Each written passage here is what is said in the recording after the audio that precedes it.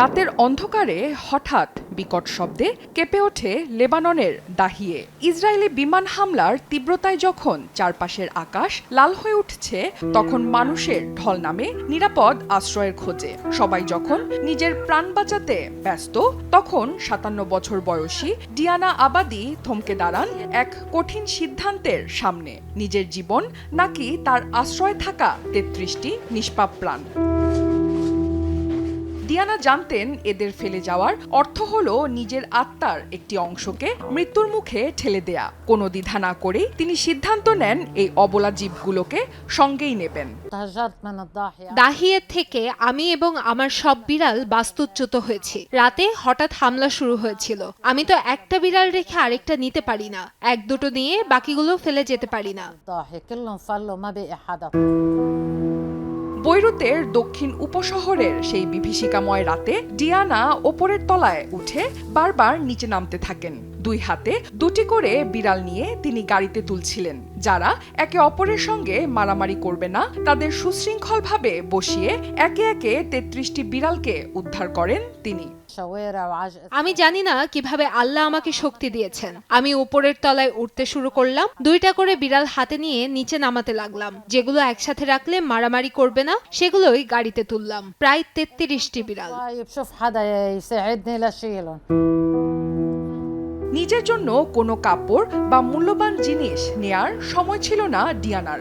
সাথে নিয়েছিলেন কেবল বিড়ালগুলোর জন্য সামান্য কিছু খাবার আর বালু। ডিয়ানার কাছে নিজের জীবনের চেয়েও বড় হয়ে উঠেছিল এই প্রাণীগুলোর নিরাপত্তা।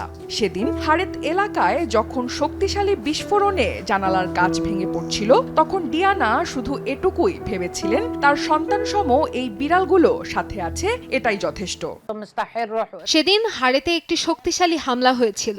আমাদের এলাকায় জানালার কাঁচ ভেঙে যায়। তখনই আমি ভয় পেয়ে যাই। সত্যি বলতে আমি বললাম, বিড়ালগুলো আমার সঙ্গে আছে। দোকান থেকে আর কিছু নেওয়ার চেষ্টা না করে পালাই।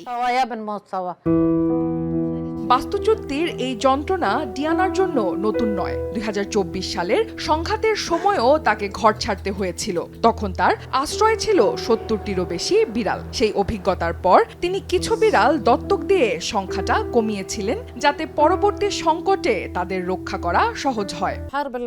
গতবার যুদ্ধটা আরো কঠিন ছিল, কারণ তখন বিড়াল বেশি ছিল, 70টিরও বেশি। খুব কষ্ট হয়েছে। এবারটা কিছুটা সহজ হয়েছে, কারণ আগের যুদ্ধের পর আমি সিদ্ধান্ত নিয়েছিলাম, যারা সত্যি নিতে চায় তাদের কাছে দত্তক দিতে দেব। তবুও বারবার ঘর হারানো আর যুদ্ধের বিভীষিকা ডিয়ানা আর তার বিড়ালদের মনে গভীর ক্ষত তৈরি করেছে। এখন সামান্য মোটর বাইকের আওয়াজ কিংবা কিছু পড়ে যাওয়ার শব্দেও বিড়ালগুলো আতঙ্কে পড়ে যায়। ডিয়ানা নিজেও আজ যুদ্ধের ট্রমা সামলাতে স্নায়ুর ওষুধ খেতে বাধ্য হচ্ছেন। যুদ্ধ কি আমাকে প্রভাবিত করেছে?